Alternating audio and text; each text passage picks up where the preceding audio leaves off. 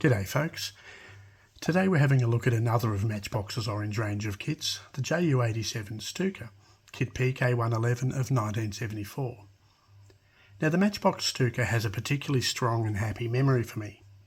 In 1982 I turned 11 and I was right into aviation and modelling. I spent hours devouring my brother's Commando comics and I saw the classic Battle of Britain film on TV for the first time.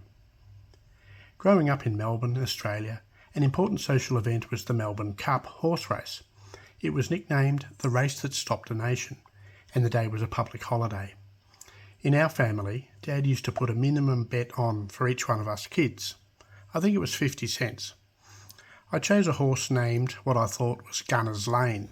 It sounded like a real aviation war sort of a name. Turns out the horse was called Gurner's Lane, and Gurner's Lane won the Melbourne Cup that year.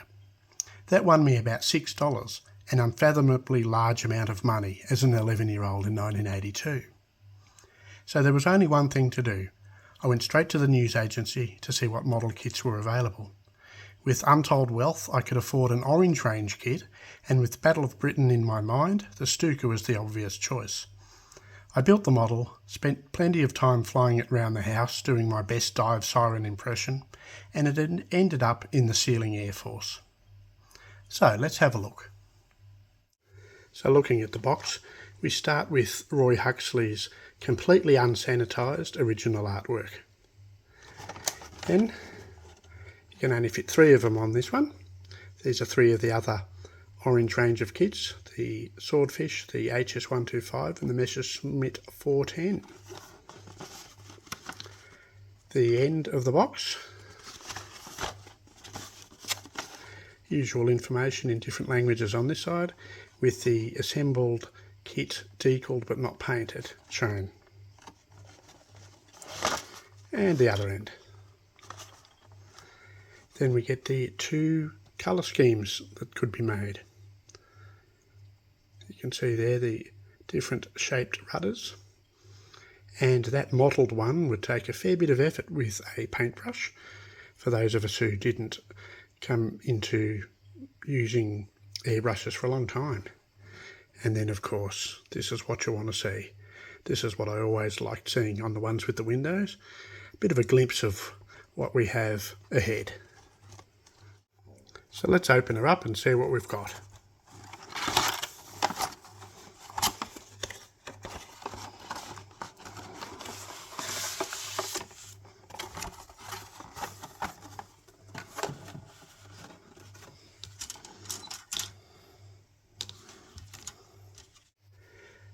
So this is what we've got. Let's have a closer look. The instructions.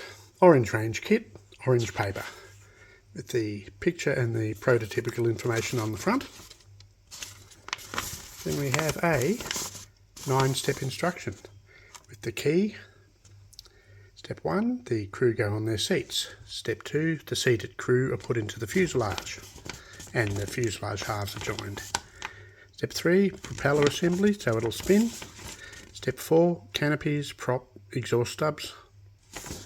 Step 5, there are 2 alternate rudders available depending on which type you use, and you put them in the tail sections together.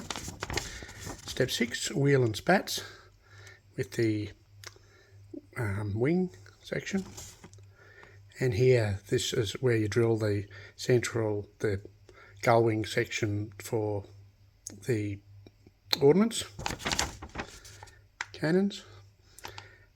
Step 7 also is wing parts.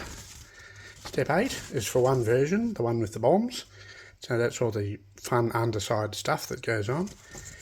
And step 9 is the other version, the G, with the cannons and all the fun underside stuff. Then the list of all the other kits you could buy.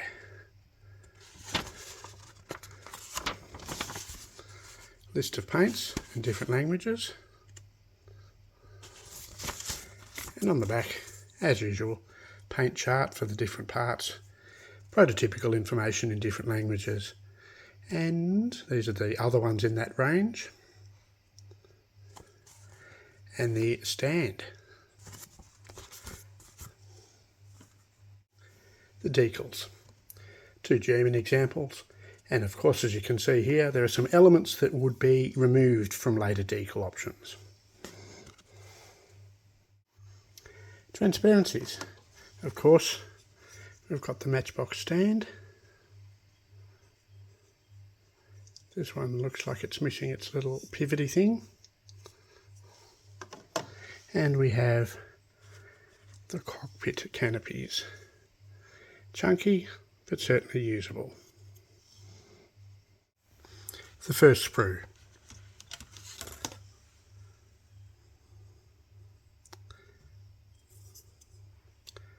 Typical Matchbox panel lines. No rivets, of course, thankfully. Fuselage sides. The two different rudders. Spats. Seat, which has come off. There's another seat there somewhere as well, which has also come off. Aircrew. Spinner prop.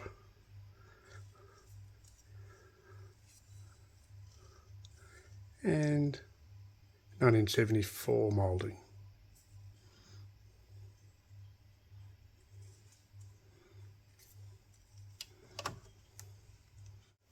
The second sprue. Wing sections,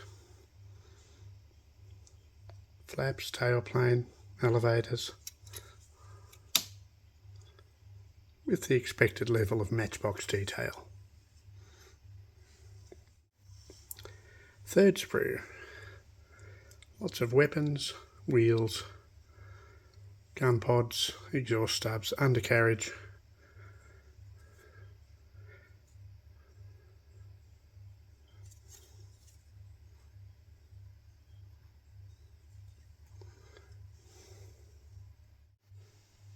So while we're at it, I thought I might do a little comparison. This is the 1974 Matchbox moulding, and what we have to compare is the 1995 Italeri Stuka. Let's have a bit of a look at this one. 20 years difference, different philosophy, but both great fun. So let's have a look at the Italeri Stuka. It's an end opener.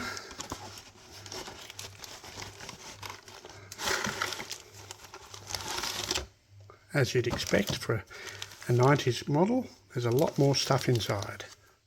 We have a very, very detailed instruction booklet. Let's see.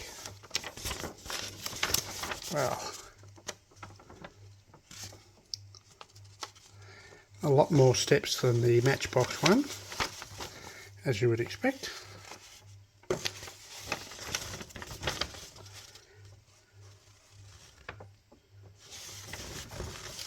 And it's a big one. We've got very clear markings, the different ones that were available with this kit, and a bit of information. It's like a road map. I don't know if it goes back together the same way. Looking at this decal sheet, it looks like it may have got wet because some of the stuff has separated, but it would have been a really nice set of decals. And a 3-piece transparency. The first sprue has really nice fuselage sections and a whole lot of other stuff.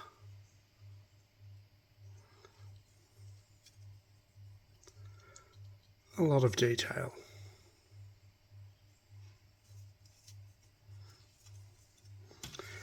And the second sprue, the wings.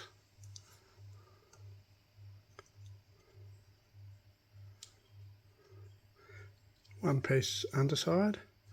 A lot of very fine detail on both the upper and the lower wings. Then you've got top decking there, engine decking, crew sections, tailplane, towlings. And this too is a very nice sprue. Comparison of the fuselage sections.